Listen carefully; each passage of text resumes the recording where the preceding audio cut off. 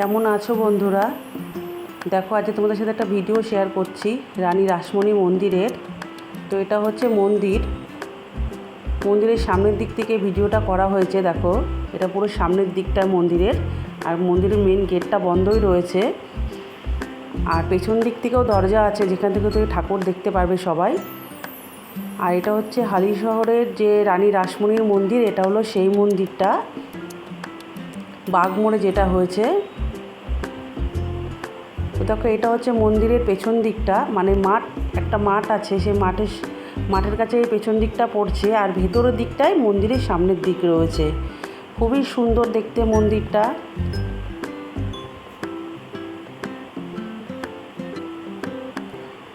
খুবই সুন্দর, মানে মন্দিরটা এত সুন্দর। আর এই পাশে যে মন্দিরটা দেখছো, যে পুরনো মতন একটা বিল্ডিং রয়েছে, এটাও কিন্তু মন্দির তৈরি হচ্ছে, মানে পুরো কাজ এখনও কমপ্লিট হয়নি।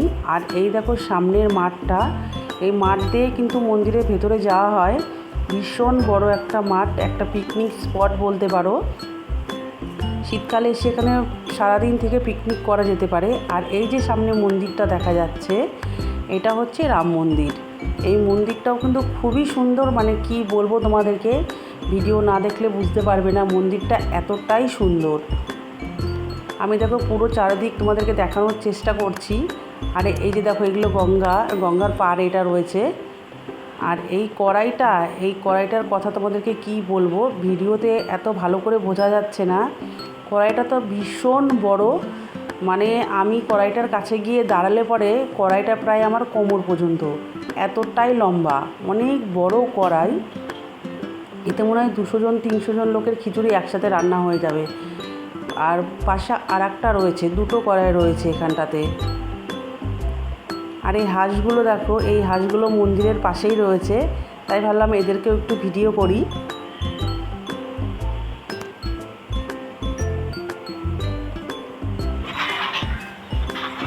কি সুন্দর লাগছে দেখতে, সাদা একদম। এরা মাঠের মধ্যে ঘোরাফেরা করছিল, আমরা যখন গেছিলাম মাঠের মধ্যে এরা ঘুরছিল।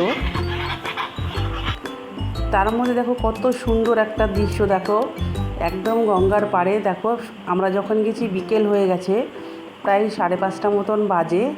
আর দেখো নৌকোর মধ্যে কিন্তু মাঝিরা বসে আছে, যদি কেউ গিয়ে ওখানে নৌকোয় যদি চড়তে চাও তাহলে নৌকোয় কিন্তু চড়তে পারবে।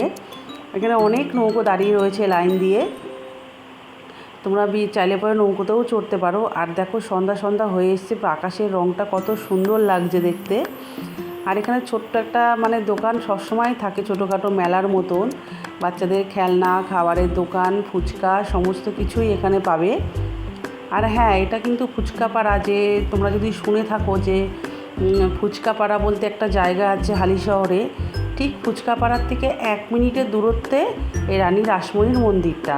ফুচকা পাড়ার ভেতর দিয়েই কিন্তু রানী রাসমণির মন্দিরে যাওয়া হয়।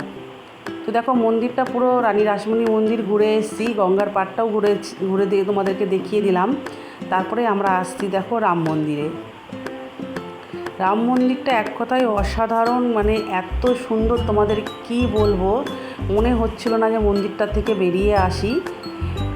খুবই সুন্দর মন্দিরটা, তোমরা দেখো। হালিশহরে তো অনেক মানে দেখার মতন অনেক জায়গা রয়েছে, অনেক তীর্থস্থান রয়েছে হালিশহরে। রানী রাসমণির যেরকম এই মন্দিরটা, রামপ্রসাদ ভিটে, রামপ্রসাদ ঘাট, নিগমানন্দ আশ্রম, এরকম আরও বহু অনেক জায়গা রয়েছে, কুষণ মন্দির।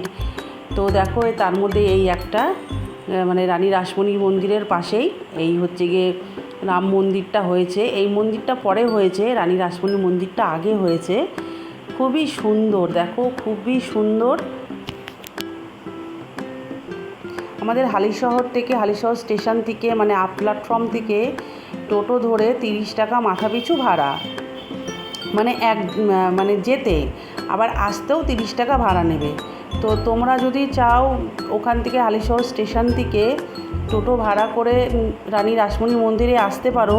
আর মন্দিরের কাছে অনেক টোটো দাঁড়িয়ে থাকে, রিজার্ভ করে যদি তোমরা হালিশহর স্টেশন থেকে টোটো ধরে যেতে চাও তাহলে কিন্তু ওরা থাকার চার্জ নিয়ে নেবে, মানে আধ ঘন্টা অবধি তোমাদেরকে সময় দেবে। আধ ঘন্টা যদি ওভার হয়ে যায় তাহলে কিন্তু টোটোওয়ালাদেরকে এক্সট্রা চার্জ তোমাদেরকে দিতে হবে। যেই কারণে হচ্ছে গিয়ে আমরাও প্রথমে ওই ভুলটাই করছিলাম। তারপরে ভাবলাম যে না, ওখান থেকে যদি টোটো পাই ওখান থেকেই টোটো ধরে নেব, মন্দির থেকে। তো মন্দিরে এসে দেখছি যে টোটো দাঁড়িয়ে থাকে, প্রচুর টোটো থাকে, যাওয়ার সময় কোনো সমস্যাই হয় না কোনো রকমের।